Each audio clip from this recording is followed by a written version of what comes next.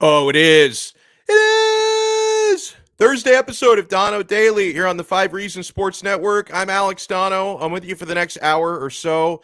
Another day I couldn't resist starting a little early. Started 10 minutes early yesterday, about 2 minutes early today. Welcome, welcome.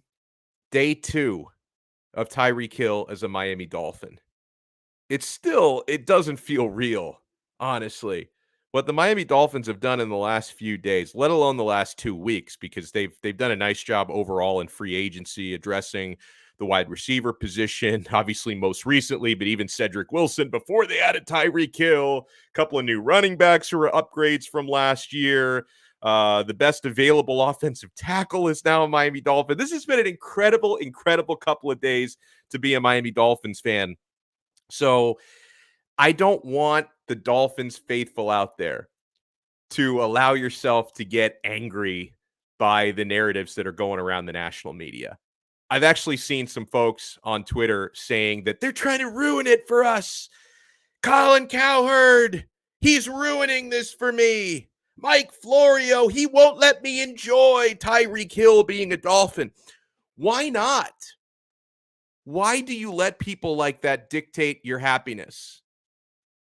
Can we think about it on that level? Like, if you're thrilled about Tyreek Hill being a Miami Dolphin, as you should be, because he's going to make this entire offense better, the same way that Terron Armstead is going to make this entire offense better, and to a lesser degree, but still a big impact, Chase Edmonds and Raheem Mostert are going to make this offense better. What do you care what Mike Florio thinks or what Colin Cowherd thinks? Because they're questioning Tua. Oh, wait, can Tua get the ball to Tyreek Hill? I get it. It's absurd because it's not as if Tyreek Hill is only running go routes. And if you can't throw it 60 yards down the field, he's never going to catch the football. No, this guy is going to create magic in space. He can turn any catch into a 60-yard touchdown catch, whether you throw it to him 40 yards down the field or you throw it to him 4 yards downfield. But don't let the people out there whose job it is to create interactions and stir the pot. They're looking for clicks. They're looking to generate conversations.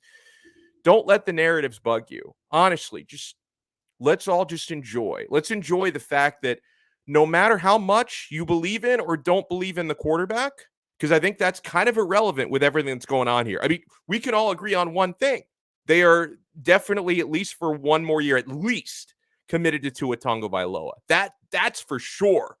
Whether you love him or hate him or you're somewhere in the middle, it is for sure they're committed at least one more year to Tua. And when you make the entire offense better, when you make the run blocking, the pass protection, the production on the ground, the wide receivers, when you make everything this much better, no matter who the quarterback is, they are going to benefit from that.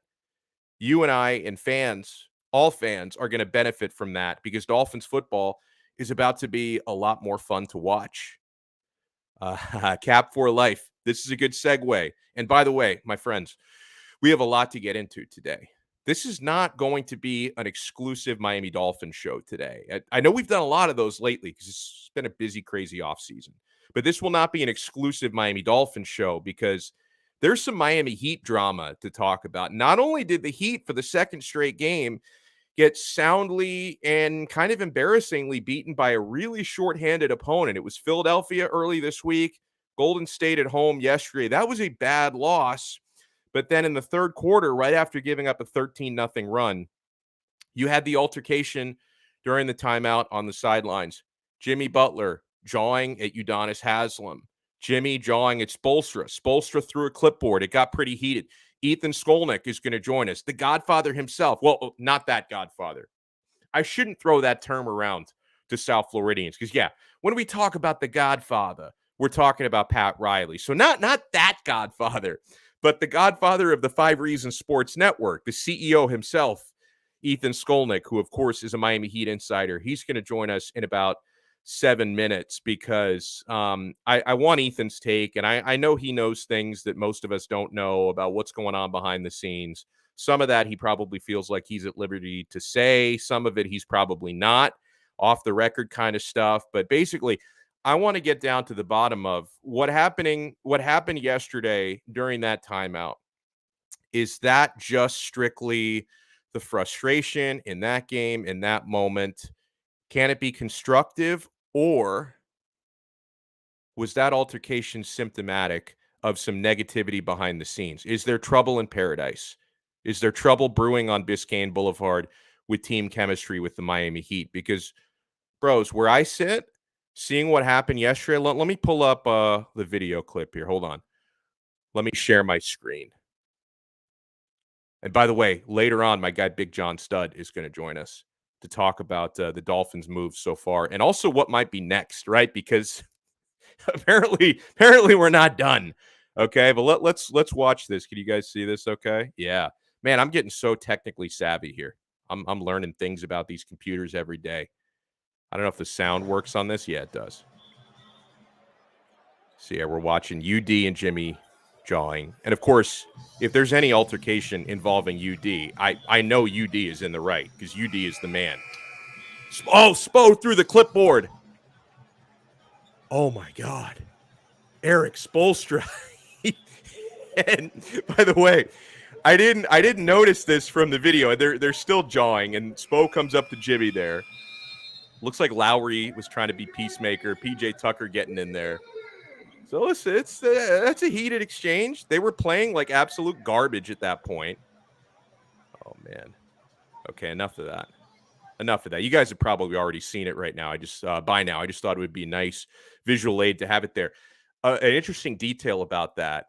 I didn't notice it the first couple times that I watched it last night and this morning. And I was listening to Five on the Floor, and Ethan was at the game, and it sounded like he and Alex Toledo were there together. It sounded like they were sitting like pretty close to where that exchange took place. And Ethan pointed something out, and I did notice it upon reviewing. It's freaking hilarious. So Erik Spoelstra, when he slammed the clipboard, he wasn't even holding a clipboard during the timeout. He picked up a clipboard just so he could slam the clipboard. I mean, that's fantastic. Frustration. It's like, I'm not even holding a clipboard. I've got to pick up a clipboard so I can slam the clipboard. So, okay, this whole thing with the Heat, first of all, a little bit of perspective, right? Because despite these last two games being dreadful, despite the fact that everyone's worried now, oh my God, is Jimmy Butler becoming a diva? Why do Spo and Jimmy hate each other?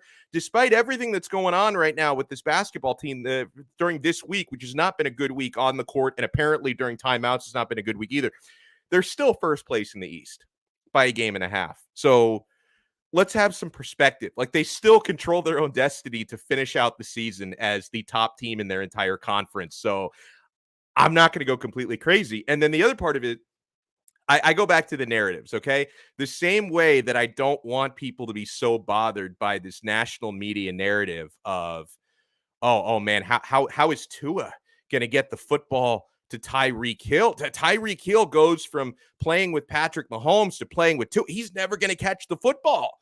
Don't let that bother you. Like, I'm a Tua skeptic, and I think that's ridiculous because Tyreek Hill, first of all, I mean, Tua's his long ball does get downplayed a little bit. I've seen him complete enough deep passes to know he's capable of doing it. It's not the strong part of his game, but he's capable of doing it. And again, you don't have to throw the football 50 yards downfield to connect with Tyreek Hill. Even if you throw it 3 yards to Tyreek Hill, he can turn that into a 60, 70-yard gain. So it's a ridiculous narrative. Don't lose any sleep over it. Okay, and the other part of it, when you talk about narratives for South Florida sports, there's obviously a narrative brewing with the Miami Heat. So they have that altercation that I just showed you the video of yesterday against the Golden State Warriors. Very predictable that the talk shows, they always pick the low-hanging fruit. It's an algorithm. How do I get clicks? How do I generate the most controversial conversations? So yeah, the low-hanging fruit narrative is when you see Spo and Jimmy jawing at each other and UD jawing at Jimmy, oh, this team, they're crumbling. Oh no, they're the Miami Heat. They're never going to be the same again. This is they're not going to go anywhere. They may not even make the playoffs now. Oh, this is awful. That's the obvious low-hanging fruit narrative. I will give credit to somebody that a lot of you may not expect, okay? Maybe you saw him talking about this today on ESPN. I did, and I was pleasantly surprised.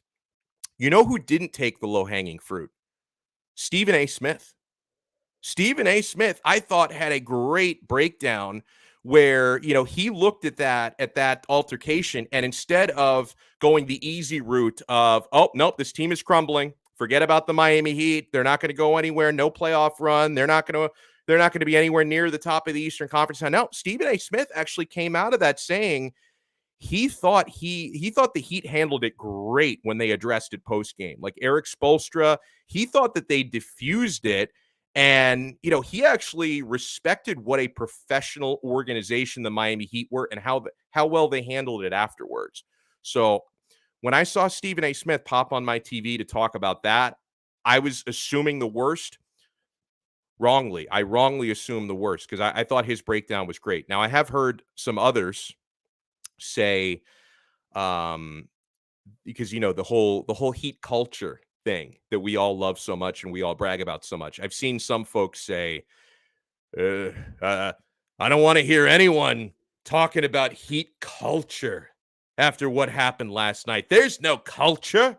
If there was culture, they wouldn't be fighting. They wouldn't be arguing. They wouldn't be throwing clipboards. I think they're looking at it all wrong, okay?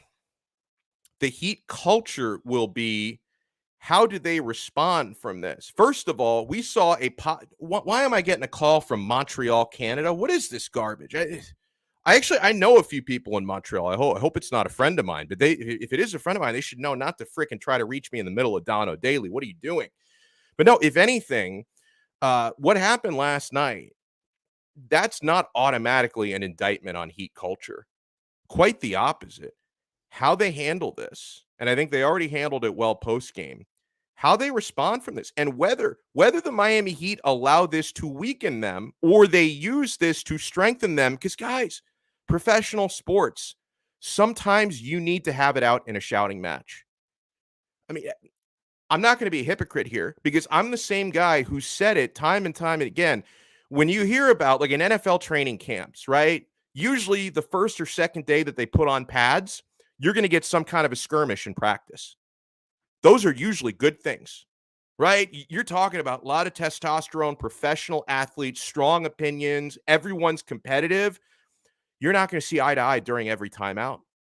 When you're getting clowned by a shorthanded, decimated Golden State Warriors team, and it's the second time you're getting beaten up by a shorthanded team this week, there's going to be some frustrations. Sometimes that's just family. That's a part of life. You're going to have a shouting match. You're going to have it out. What happens after that is what defines the culture. Does this linger for the rest of the regular season into the playoffs? I highly doubt it. I highly doubt that someone like Spo, someone like UD, and even someone like Jimmy, who I know has a reputation, from his previous stops, I still do not expect this to linger. I think that this could very well make these guys stronger. So if anyone out there is like, Heat culture, that's made up. There's no Heat. They're fighting. There's no culture. Like, that's a really dumb, lazy, short-sighted take. Let's bring on a guy who he knows more about Heat culture than anyone. Certainly knows more about Heat culture than LeBron James, who couldn't handle the culture. That's why he got the hell out of here back in 2014. Ethan J. Skolnick, the man, the myth, the legend. Ethan, how are you, man? Good afternoon. Good. I'm actually outside quarterdeck. Just had lunch, so there you go. I'm supporting your sponsor in real time.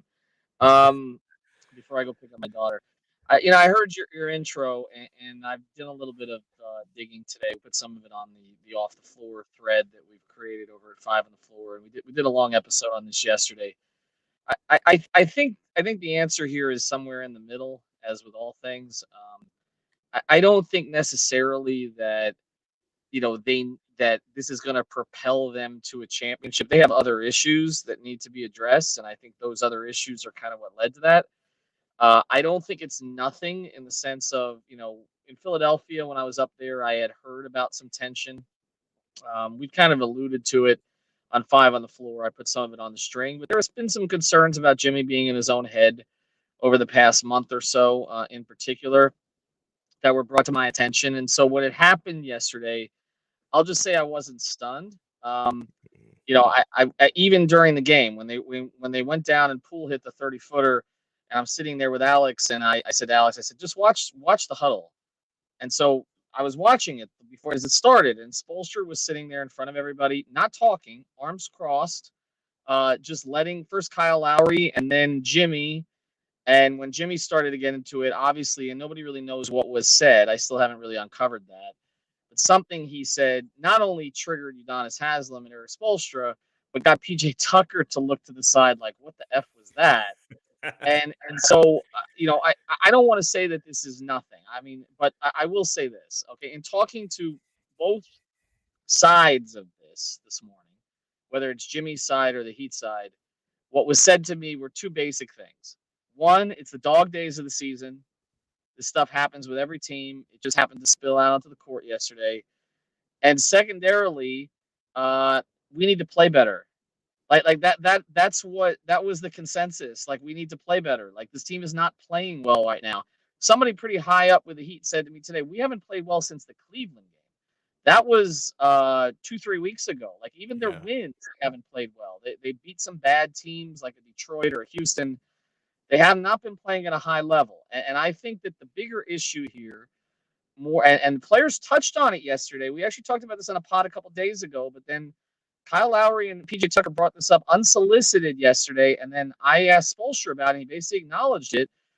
I think they're having issues with everybody being back. I think that is the a great single point. biggest thing that is creating friction here, because look, the whole season pretty much at least one of their core four has been out. Okay, sometimes two, sometimes three. I mean, they've only had, if you include Hero in the core four with their so-called big three in the starting lineup, they've only had those guys together for 19 games. And a lot of those guys and the role players have played better when somebody has been missing. And, we all just assumed that, a couple things. One, that, all right, you'll be better when you have the full roster because teams are better when they have more talent, right? And even Erik Spoelstra, when asked about it a couple weeks ago, said that's for amateurs, those who are worrying about it. Well, apparently not, okay, because Kyle Lowry basically said, that we're struggling. The rotation's a little funky right now. PJ Tucker, without provocation, said, you got a guy like Gabe Vincent. I know Gabe's been nicked up lately, but he said you got a guy like Gabe Vincent who's gone from being a starter for a good portion of the season, playing 30 minutes, to out of the rotation entirely. And we've seen Gabe's shooting slip lately. I think that they are struggling with the changes in roles. I don't think it's all Spo's fault, but I do think that he needs to find some kind of a solution, Alex. And the solution may be that after you give Depot and Morris this period of time here, you go back to what was working earlier in the season, that Gabe Vincent goes back into the rotation instead of Oladipo, and that Dwayne Dedmon starting out, who looked better last night, by the way, I thought, than he has recently, goes back in the rotation as the backup five, and you roll with the group that got you to the number one seed, and you just have guys like Morris and Depot available sort of in case of emergency. I think that may be where it's heading, because I really think that is the single biggest. We're going to talk about others on 5 on the Floor tonight. There's something else that Greg heard that we're going to touch on. I'm going to save it for that. It's Jimmy related, but I feel like the single biggest thing here that's bothering this team is that they can't get in the rhythm that they got in earlier in the year with so many guys who have to play. Should I be a little bit worried at all about Jimmy behind the scenes? I know obviously he's got a reputation. Other spots he's played at up until this point, the reputation. A lot of those rumors have seemed kind of unfounded with the way Jimmy has been as a teammate to this point. Should I start to get a little worried? No, I really don't think so. I and for a couple of reasons. I mean, look, it struck me that certain people in the Heat organization seem to be waiting for me to take a road trip so that they could vent about some of this stuff. You know, I used to be on the road all the time, okay, and so that's where you get to talk to people. You can at home, okay. I mean, I said this on Final Four last night, like you really can at home now. There's no locker room access, so with the ability to pull a player to the side, which I did for 25 years, and say what the F is really going on here, and there being a trust level where they would tell you, that doesn't exist. I mean, I haven't been in locker rooms with players in more than 2 years, and I don't know that we ever will be again because Adam Silver seems against it. And then the other place at home that you could do it would be at a practice. They practice 5 times at home the whole season. So there's no opportunity to really do that either. So it's just these press conferences in the room, and you ask your question. I'm usually in there with 4 or 5 other people, but that's all you can really do. Okay, so it's very hard to get information, and I have to rely in a lot of ways on people I've known for a long time and shoot them the text and say, okay, I want to tell the story correctly here. So that's Yeah. why I went on the road. And when I went on the road, I was surprised in Philadelphia that people that I've known for a long time, who typically are not the types to divulge information to me, uh, basically pulled me aside and took conversations in a way to let me know that Jimmy's been in his own head lately. And the way that's manifested itself, it seems to be different based on who you talk to. I don't think with anybody it was extreme alarm or anything like that. But even someone I spoke to today said this. Look, when we did all the research on Jimmy, we knew this, okay? When you're winning, he's great, okay? And he's the best teammate you can have. And when you're losing, he's difficult, okay? And then the person added, but so was Zoe, and so was Shaq, and so was LeBron, and so at times in his own way could be Dwayne, and so it's just something that you deal with. And so, by the way, is the coach, and so, by the way, is our effing boss, who's the worst when they're losing. So I can just say that, uh, you know, the narrative is going to be, oh, Jimmy's blowing up another locker room. I don't think that's what's happening here. I think there's some frustrations that are going on with rotation stuff. I think he has relationships with certain people on the team who've been phased out a little bit lately. I think there's a little bit of a power struggle, which we're going to talk about tonight, for the direction of the offense. I think that has played out some late in games. His relationship with Tyler this year has been noticeably better than it was last year. I think you can see it from the Instagram post. But look, Tyler's taken a leap, and you can make a definite argument that the offense at the end of games should be going through Tyler or Bam more often, or maybe even the ball in Kyle's hands. And the only times that Jimmy has shown any selfishness, in my view, because I think he's been incredibly unselfish since he's come to Miami, has been late game situations this year. And I don't know that he's trying to keep anybody from growing, but it does feel a little bit, maybe even subconsciously, like he's trying to hold on to that sort of closer title, and that has not been good for Miami this year. So I think it's a little bit of all of it. Jimmy Butler's not getting traded. Uh, What's funny? You know who asked me about that today? My father. He's a very casual Heat fan, and I was watching ESPN with him this morning, and they showed the video of the altercation, and my dad's like, "Who was that?" I'm like, "Jimmy Butler." Goes, "Oh, he's going to get traded." I'm like, "No, he's not going to get traded. He's not." He's not going to get traded. I mean, look, first thing, they're maxed out with him. But second thing, I mean, this is, I posted some quotes, and you can find millions of these from any of Pat Riley's books or speeches. He is a fan of conflict. He believes in a principle called the doctrine of temporary insanity, which he documented in Winter Within and in Teamwork, where, he staged events to throw things in the locker room.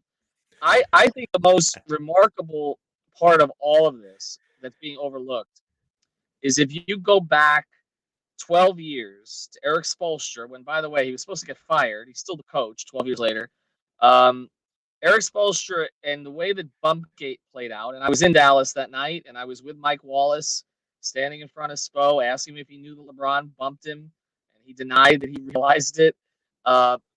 We waited 50 minutes outside the locker room while Dwayne and James Jones were reading the rest of the team the riot act. And then the next day, ESPN came out with a report which was leaked by I believe, Maverick Carter to Chris Broussard about how LeBron wanted Spo fired. And then Spo had like a master class and how to handle a press conference the next day and set everybody straight, made it clear he was going to be the head coach.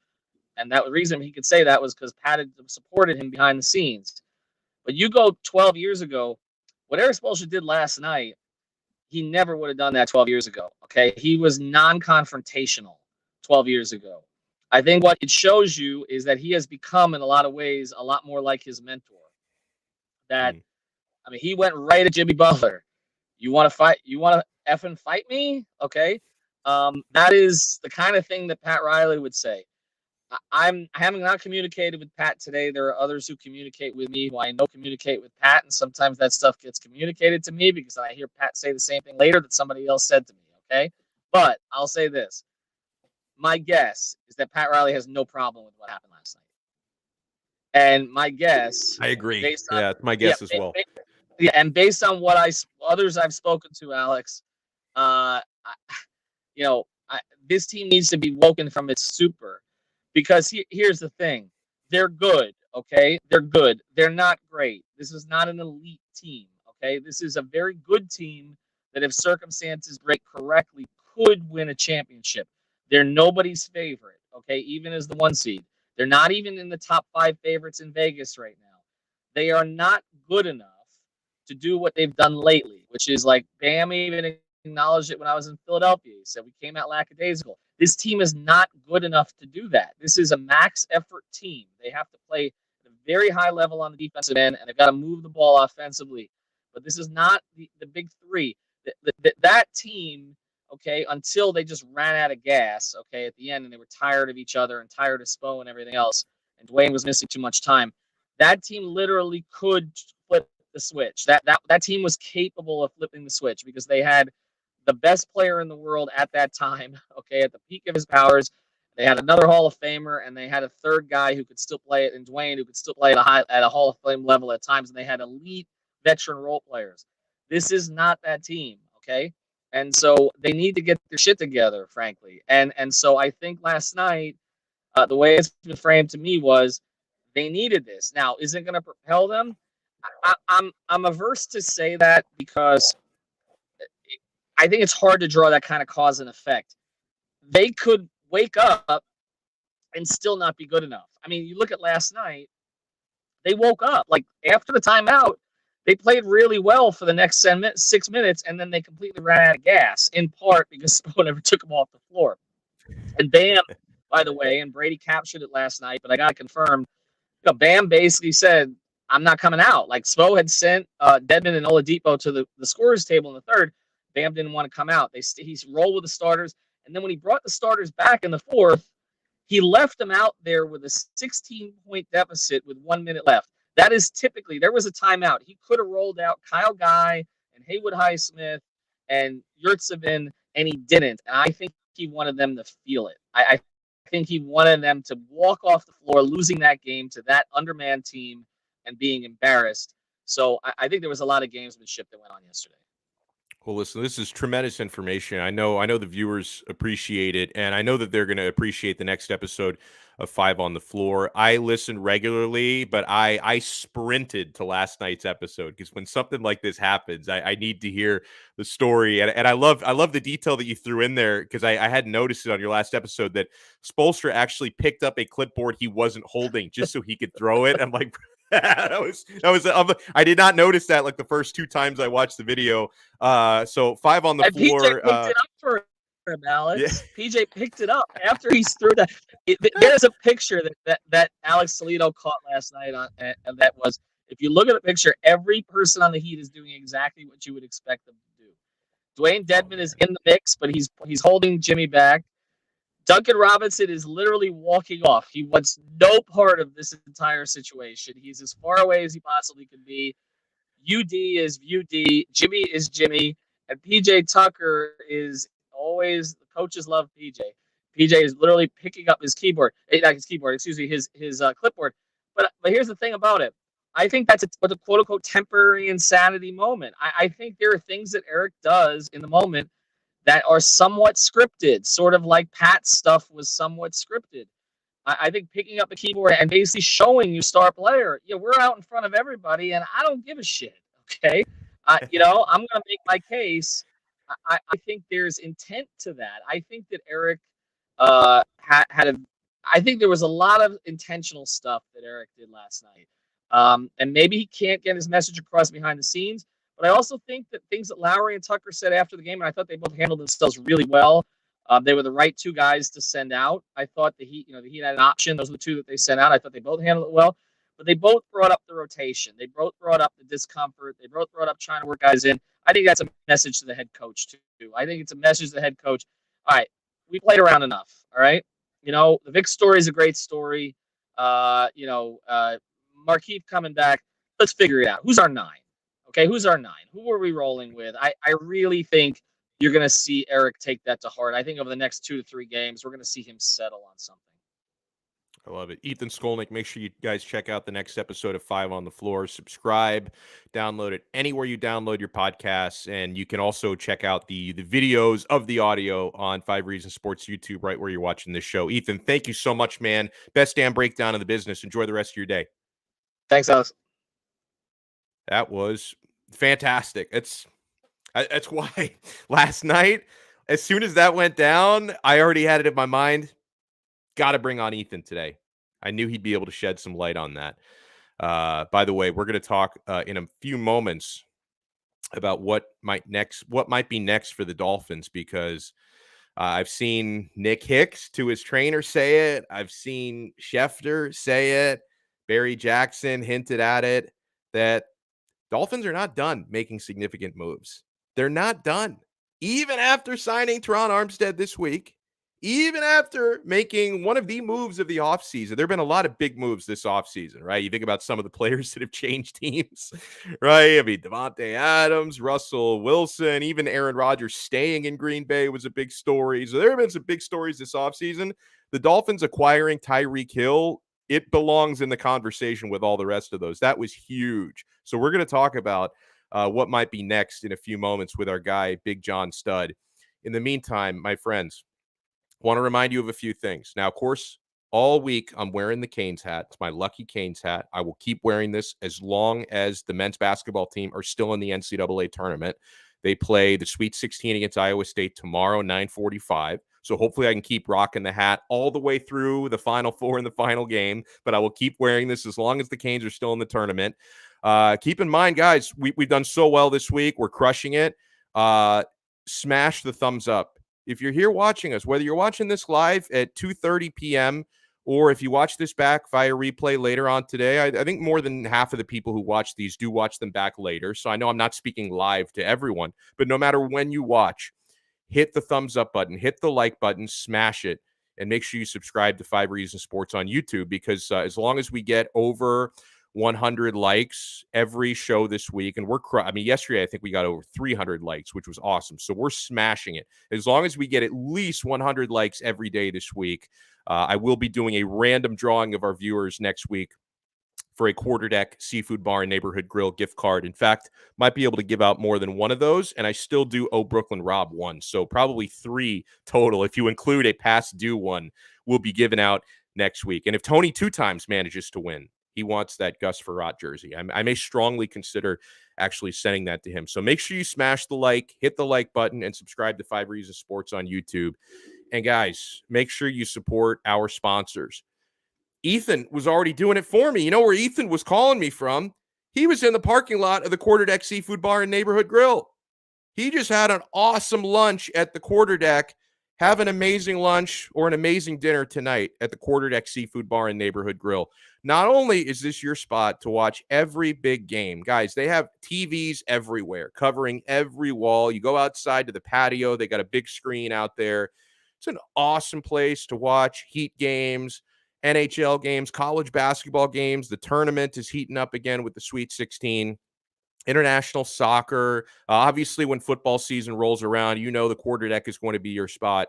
And guys, not only can you watch all the big games there, all the big fights as well. The Quarter Deck has every UFC pay-per-view fight for zero cover charge. You pay nothing at the door.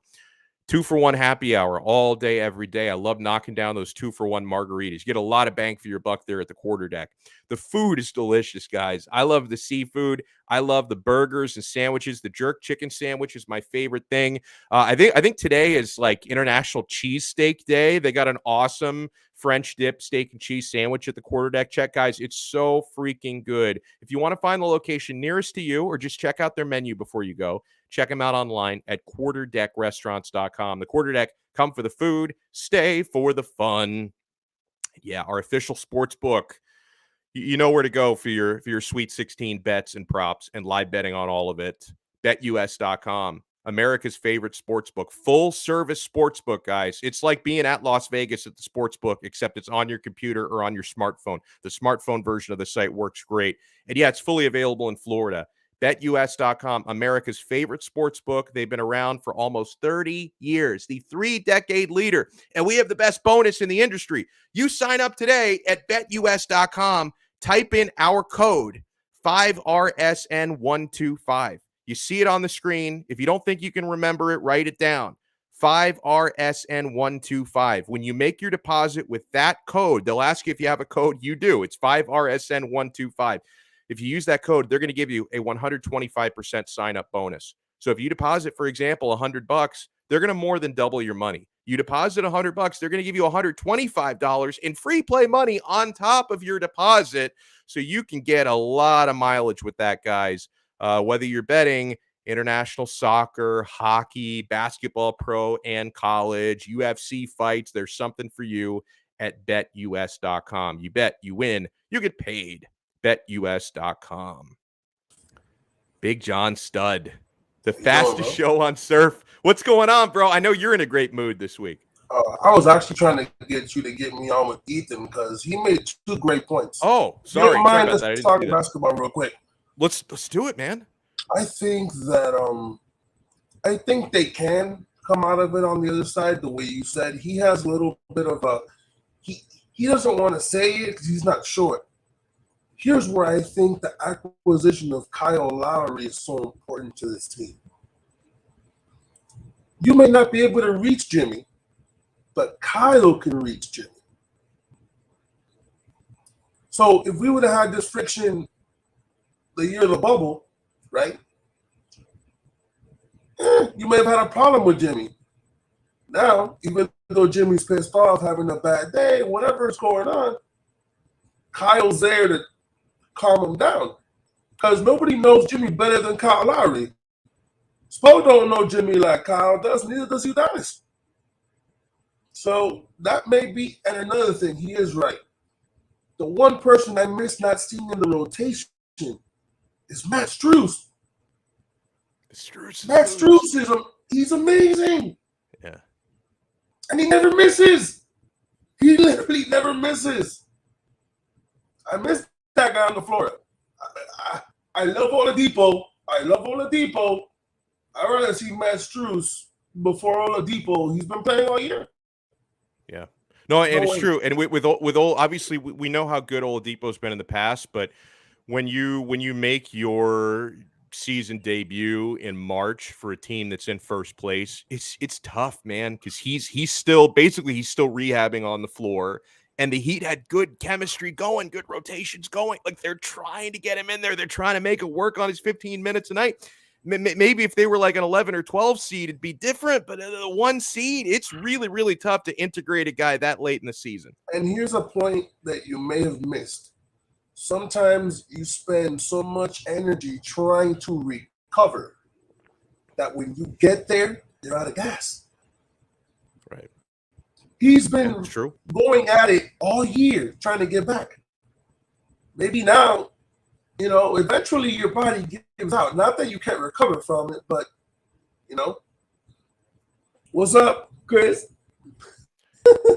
Love it, man. Big John Stud always brings out the fanboys. So, yeah, that you spend so much time, on the grind, trying to get back in shape, trying to work out, trying to get yourself back to 5-on-5, trying to get back to contact drills, all that stuff. By the time you get to the game, you could be out of it.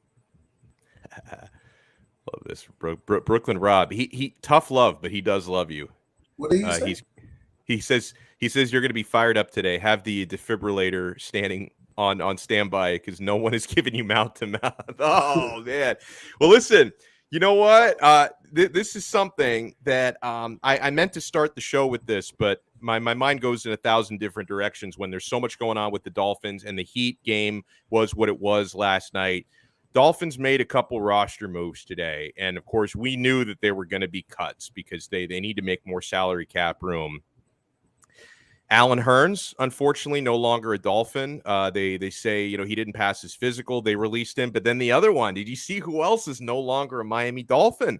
But I'm pretty. Yes, it had to be. It had to be Jesse Davis. It just has to be. The guy who can't block as well as your 3-year-old daughter or 2-year-old daughter. He's out. There you go. I would get on the floor and pray to God, but we don't have enough time right now. Thank you. Jesse Davis is no longer a Miami Dolphin. No, yeah, everybody should have gone outside and honked the horn in unison for that being done. They're banging pots and pans right now on Calle Ocho. You know how when free cafecitos for everybody from Calle Ocho, like you know when you win a championship, everybody goes out and honks the horn. Jesse Davis got cut. They should literally stop traffic for 5 seconds and let everybody honk the horn. Holy crap! Oh man, so I don't even know where to start. Let's start with the biggest move of the week, and that's Tyreek Hill. Did you see this coming? Because you are a well-connected guy, and I've had plenty of conversations with you for the past several months. Sometimes you know something's coming, and even you can't say it right away. And then Brooklyn Rob's the same way, by the way. I give both you guys credit on that. You see things coming, and then usually they come true. This Tyreek Hill thing, it really came out of nowhere for me. Did you have any idea that this was on the horizon? First of all, your play on words was incorrect for the first time ever. The biggest would have been Terron Armstead, who's about 6'6", 340 pounds. the largest move, yeah. Unexpected would have been better. Yeah. But yes, the move with Tyreek Hill, they had, I really wasn't in tune with that because what they told me was Chris had been talking about it for weeks, 2 weeks. Okay. He's like me. He has sources. They hadn't told me that. But if you really want to thank someone, thank Devontae Adams. Exactly. He set the market. He priced Tyreek Hill. Out of their building. I mean, based on what I've heard, they still may have gone after him either way. But he priced him out of the building. He couldn't pay him.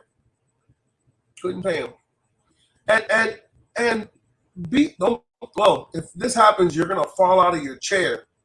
But there may be one more holy shit moment coming.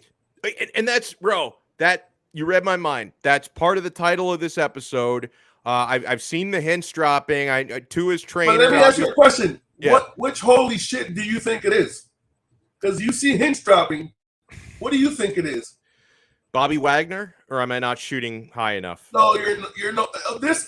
Bobby Wagner is a pebble in the ocean compared to the shit that may drop.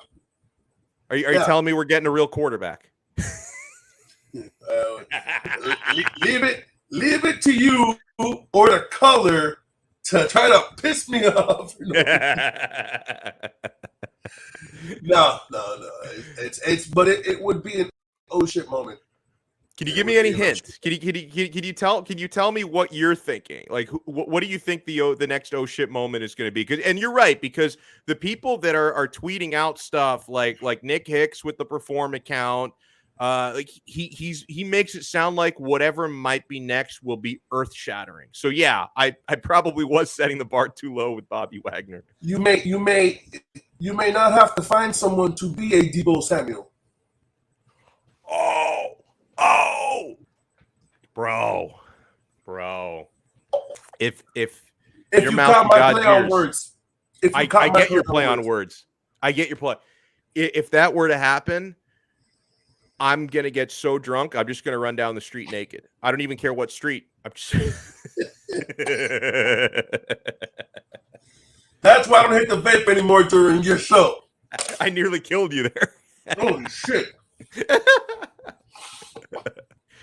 But yeah, wow. Yeah, you may not need a clone of Deebo Samuel. Wow. What about so like ahead. Nick said, that would be earth shattering. That would be earth shattering. Because you tell me how you cover Jalen Waddle, Tyreek Hill, and Deebo Samuel at the same time, please. You don't. You just let the Dolphins score. You just let them score a touchdown on the first play just so you can get the ball back and try to score. Like you save energy for your defense. Exactly. Save the energy. Just say here. You know how sometimes in late game situations, if you're going by the book, we need to let them score so we have time to respond. They're just going to let the Dolphins score every drive. I mean, that's something that I've heard since you're asking me. I was going to stay quiet. I was going to tell you off the air, but, it's okay. Fuck it. So we're dropping bombs left and right. So, I mean, if it happens and you see it on ESPN, we called it first. 100%. Not me, because me and Chris called it together. But I know basically everybody on Chris's channel, everybody there, yeah, they called it.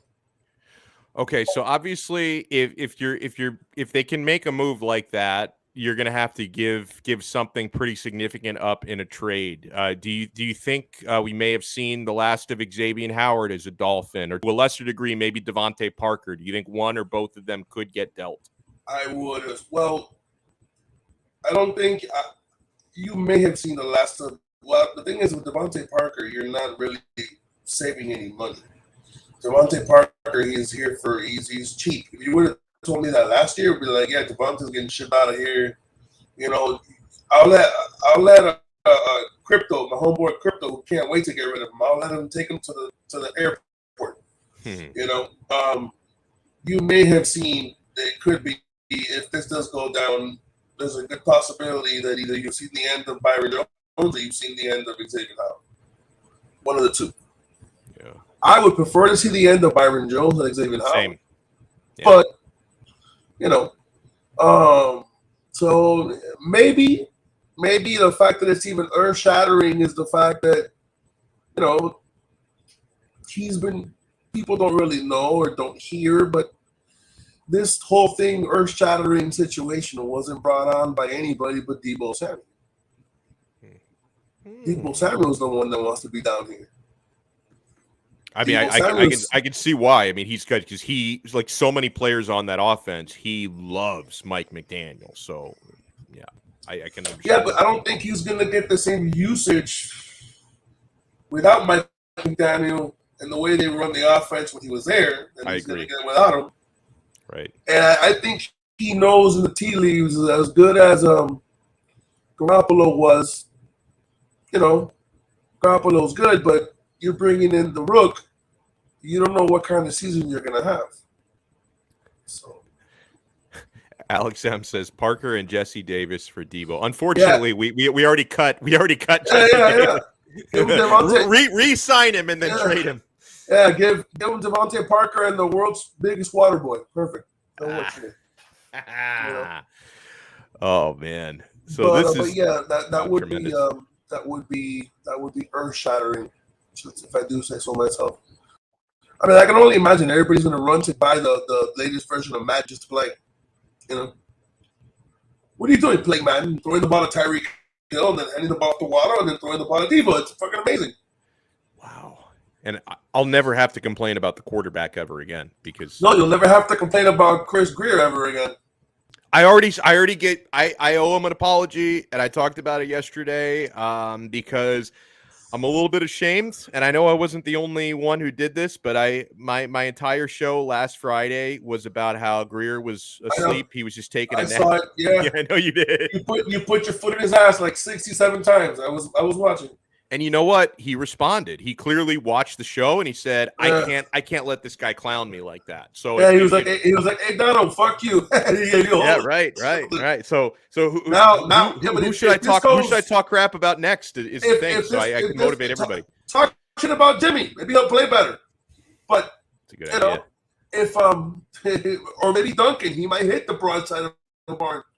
Put it this way: if this does go down, then you actually have to give him credit.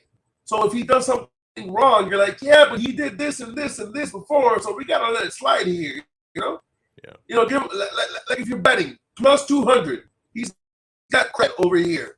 So if he messes up something, you don't have to choke him right away. Give Chris Greer some credit. But at the end of the day, that was their aggressive. Mm-hmm. They were very aggressive. The world stopped on its axis. I was watching a movie. I turned on my phone out of nowhere. breaking news. Holy shit. I froze. My friend's like, yo, what happened? What happened? We just got Tyreek Hill. He said, man, get the fuck out of here. He told me that like everybody else thought it was a joke. Get the fuck out of here. Yo, look at your phone. Oh shit. Yeah, oh shit. Now we got the best pound for pound wide receiver and the second best pound for pound wide receiver on the same team. So how the hell do you cover that? I want to know. And Cedric Wilson's not chopped liver either. I like that dude too. I was actually telling them yesterday on Finn's tailgate. I was like, hey, craziest idea. Ready? Cedric Wilson on one side, Devontae Parker on the other if he's here. Okay.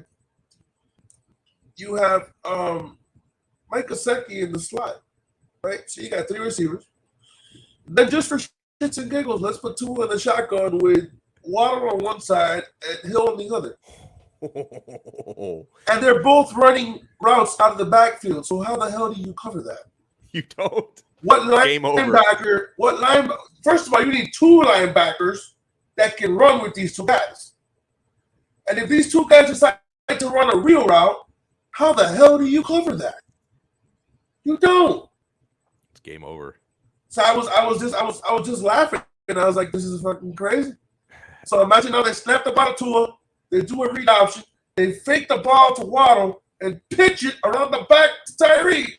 Oh, right on the sideline. Holy shit. Yeah, we're gonna get creative. I'm telling you. You're gonna see like a quadruple reverse or something that we've never seen before.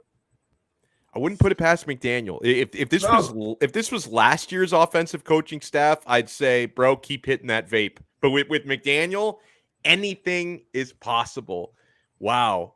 So listen, I go ahead. I have one wish. I know you have to let me go. I have one wish. Please draft James Cook. If you put this man in this offense, first of all, think of it this way. You have Edmonds, I think you have Mostert for 1 year. Raheem Mostert is fast, but he's only here for 1 year. For right now. Yeah.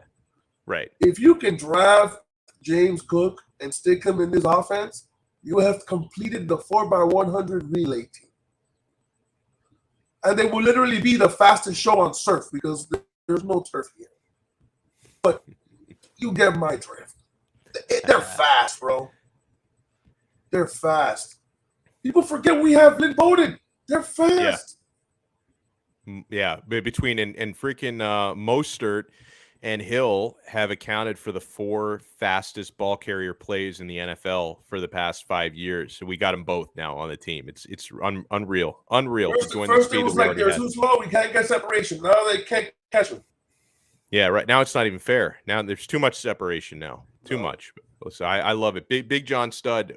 So you want to follow this man on Twitter at Big John Stud 136. 136. Yes. You doing any more shows this week? Well, since you asked, I'm going to be doing Finn's Tailgate. It's probably Monday, Wednesday, Friday. Nice. I am going to be doing a basketball show on Saturdays. With Bro, I love it. Yeah, that's why I was trying to get you to get me up with Ethan. I got a question. I'm sorry. I didn't see. See, Manny again. He's skipping out on me. I'm not even sure if Manny still works with me. He's skipping out on me again. I am, and people know this. I'm not a good enough multitasker to be able to look at my notes, the video feed, the public chat, and the private chat. So I didn't see your private chat until after Ethan went out. Yeah. I spoke to Mike on the mic last night, and we're going to be doing a basketball show on Saturday. Probably starting at 8 o'clock, 8:30, around there. So you'll be seeing me on there every Saturday. If you want to ask any basketball questions, actually, I know more about basketball than I do football. So really? I didn't know that. That's wow. Yeah. I mean, basketball and football, they're tied. I love them both, but at the end of the day, football, I played quarterback. Yeah, whatever, Brooklyn. Good for you. Hey, it's better than a ventilator. Yeah. And and basketball, I played at high school, so point guard is something I know a little bit about. Basketball is something we can all do. All of us can't grow up to be. Oh, don't worry, Chris. We got you. We'll do a special on the Miami Heat cheerleaders just for everybody. I promise. I'm in for that. Just tell me where and when. Yeah. Make sure you wear a nice shirt. All right, Alex. I will. Oh yeah, today I'm repping the. No, I'm talking about the other day. You were flaunting how you went to court and you had 4. Yeah. But yeah, I'm gonna be doing a show with Mike on the Mic on Saturdays. So every Saturday you can find me on there. Every Wednesday they can find me here with you. Monday, Wednesday, and Friday they can find me. I'm one of the busiest motherfuckers in show business. You really are, man. Like I'm trying to cut down on some stuff, and you're cutting up. Like you're taking all the stuff I'm not willing to do anymore. To be honest, I've had a lot of free time, bro. I've been recovering from surgery for like 8 months. Yeah. So I mean, I've had a lot of free time, and I need to cut down on babysitting, bro. Like that's the game. Yeah, my wife always wonders, like, why do you do so many shows? I don't want to tell her. It's like I need a break. I need a break from parenting every now and then. But it's like I need her to take her on the weekend sometimes. Like, don't get me wrong. You've seen my daughter. She's a trip. She's the best. Yeah. And it's not because she's my daughter. Because even if she wasn't, there are little kids that you look at and you're like, she's adorable. Right. Like me as a kid. When I was a kid, and still, of course, today as a grown man, but when I was a kid, people would see me, they'd just be like, I just want to take him home. He's so cute. So I've been dodging women my entire life. Did I ever that's a good thing in a way, because that means they're chasing you. Some men spent their whole life and they can't chase them. Did I ever tell you the story about what happened when we went to a dentist when they came to her? No. My baby mama had to go to the dentist for a cleaning or whatever, right? And we walk in, and I'm sitting down with her, and my daughter took a massive shit. and I'm like, "Where's the bathroom?" And they're like, "Oh, it's right here." And she sees me with the baby. She's like, "For what?" I'm like, "I'm gonna change it." She's like, "Oh my God, not for nothing. Can we change her for you?" And I was like, "What?" Whoa! Here. Yeah. Take her. The two, they're both fine as hell. I don't know what it is with secretaries everywhere, but Jesus Christ. Now I understand why Monica got some play. But anyway, so I'm here. I'm like, you want to change it? And like, yeah. I'm like, here, go. So everywhere I go, I either get free food or they change her diapers. I'm like, can't lose that shit. Yeah, even when she was a baby, no matter where we go. You'd be surprised how many people hit me up on Twitter. That picture I sent of her sacking Jesse Davis, that shit literally went viral, dude. Yeah.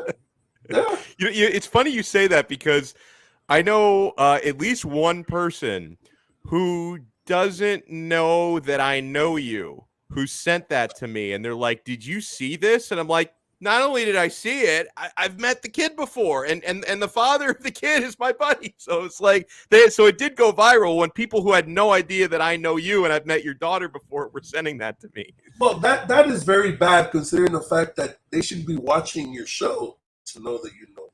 That's actually a really good point. Yeah, and I'm always, and it's why I'm always trying to make sure that I preach the gospel of this show and this channel, 5 Reasons Sports on YouTube. Because sometimes I will encounter people who like they know of me or know me through AM radio, and I still do some of that. I do some fill-ins and stuff on 790 and 560, but they don't know that I'm doing this every day. And I'm like, you gotta watch every day, or you gotta get in here. Like if you knew me from AM radio and you don't hate me, like you tolerate me, you should find me here. Listen, before you go, I'm gonna give you a funny story. You think that was bad, right? I had a guy who, in high school, a friend of ours, he knew me. We all graduated. My brother went in after I graduated. Obviously, he's 2 years younger than me. I don't think you've ever met my brother, but you'll meet him one of these days. He's popping up left and right now.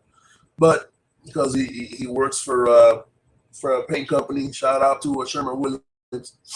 give me free paint. But now that COVID is, in the way, they don't have, they have less work days, and they have an issue getting supplies in and stuff like that. So he's had a couple of free days. He's come down. Check this shit out. Me and my whole group of friends, we all graduate. My brother graduates 2 years later. We end up meeting a mutual guy. Can you fucking imagine? This guy introduced me to my own brother in the middle of a party. All right. Whoa. He introduced me to my own brother. I walk in. He's like, yo, what's up? And then I'm like, no, nothing. We're chopping it up, talking. All of a sudden, he's like, yo, Tommy, come here. No. Listen. Oh, no. I want you to meet this dude. He's one of my homeboys. And I look at my brother.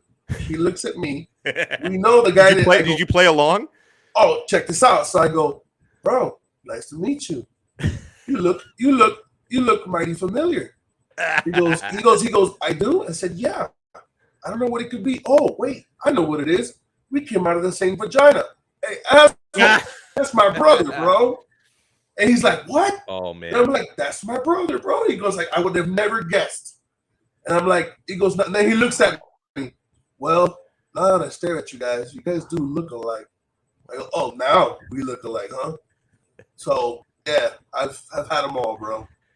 Dude. That is great. Yeah. Okay. Can I introduce you? Can I introduce you to your own brother? I love it, man. Thank you so much. Yeah. My brother wasn't expecting it to be me because he didn't even know I was going to the party. Oh, that makes it even better.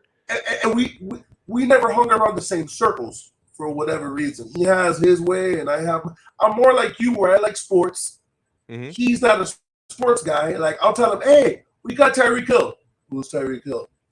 And I feel like throwing him against the wall and seeing if he sticks. You know what I'm saying? So he's different. We have different tastes. So his friends are different from mine in every aspect. So when the guy introduced me, my brother, when the guy tells him, hey, listen, and when they introduce you to someone, my brother literally spit out his drink because he was laughing. The guy's like, what happened? He's like, nothing. He played off. You know? Because he couldn't spit out and go, hey, bro. He didn't do that. He let the guy suffer. It was amazing. It was good. Oh, man. So a couple things. I noticed I noticed some people dipping out, and I'm like, well, where'd everybody go? And it's because it's not because of your stories. It's because I think now the press conference is starting for Tyreek Hill. Yeah. And then the other thing, I want people to be on the lookout for this and keep your eyes peeled, because I've got a few people in the last 15 minutes who have texted me to just keep your eyes on Honey Badger, that they think that there may be something brewing there to get him to the Dolphins. So I wonder if we'll be talking about that tomorrow. That'll be some more fun, bro. Be a lot more fun. So we will, and again, I'm not saying that these are necessarily. I have to go back and look at the tweet he sent out, because I don't know if he gave a subliminal message that he might be coming here, and I wasn't paying attention to it yesterday. Honey Badger, when Tyreek sent something out, but I wasn't paying attention to it. If you want, you can look it up later. It might be a subliminal to him coming here. Okay. Something about, we'll see them on the field, or some crazy thing he said. Wow. But when he first said it, nobody paid attention to it. No. And now it's like, wait, we got to take another look at that. So I'll let you run. I'm going to run in a moment. Thank you, my friend. Have a good day. You too, sir. The man, the myth, the legend. Let's see. All right, I'm going to throw some shout outs and then we'll get out of here. Huge thanks to Big John Stud. In Dade, thank you so much. Oh, how about that? He says he's going to stay here, catch the highlights later. Well, chances are they're probably starting a couple minutes late. I'm not going to keep you guys because I also want to watch it. All right, so I want to watch the Tyreek Hill. Thank you, Brooklyn Rob, as well. Ian from Brooklyn, thank you so much. Alex M says, one time I was getting a physical and the doctor didn't notice she left the door open. I tried to tell her, but she took it as I was uncomfortable. She called in 3 other doctors and they all watched. Interesting. In Dade, or did I shout you out already? Trevor, a.k.a. TH from the 203. Hello. Finn's Tailgate. Always love when you're in here. Thank you so much. Alex M. He would trade Duncan Robinson for a Netflix password. It would be, I mean, I subscribe for Netflix and I pay it. I'm not like a password moocher. Like I pay for my own Netflix. It's getting more expensive though. Like every year they raise the price. I think it's like 16, 17 bucks a month now. I'm old enough to remember when it was $8 a month, Netflix. So yeah, if I could trade Duncan and get a password in return, I would do it. Mick, go to Viloa. Hello. Thank you so much for tuning in. David, he's a chronic. I always love when David gets in here. IMAX, Tony 2 times. And I see some of the folks I see in here, by the way, like Tony and Alex. I know I can always count on these bros on Thursdays, not only to watch this show live, but to watch 5 rounds live. I'm back in less than 3 hours, guys, right here on 5 Reasons YouTube. I'm going to be back for our combat sports show. Me, James Walker, Frank Zaffrey. I think Dean Thomas is going to join us tonight. He just got off a plane from London in New York, and then he's flying to Ohio. And as long as he lands in time, he's going to join us around 6:30 tonight. So we're going to be talking mostly MMA, maybe a little bit of boxing tonight on 5 rounds. We got to talk about the 305 altercation. Colby Covington just trying to have dinner in peace, trying to have dinner at Poppy Steakhouse, and then George Masvidal, he attacked him, punched him a couple of times, actually admitted it because he was like bragging about it on social media, and he was arrested, I think, this morning and charged with a few different charges, including assault. So we will talk about that tonight. That's going to be a big focus on the episode this evening because, listen, when you got altercations between Mr. 305, Jorge Masvidal, and Colby Covington, you know it gets Miami going. It gets Miami going. Mike, thank you so much. Cap for Life, thank you. Shake Money, thank you so much for tuning in. Armani, thank you. I mean, Armani, I love you, but I wholeheartedly disagree with this. Udonis has, for me, lifetime contract. Let Udonis Haslem be a member of the team for as long as he wants to be. He's been stealing checks in Miami for a decade. How dare you? How dare you say that about the keeper of Miami Heat culture? Shame.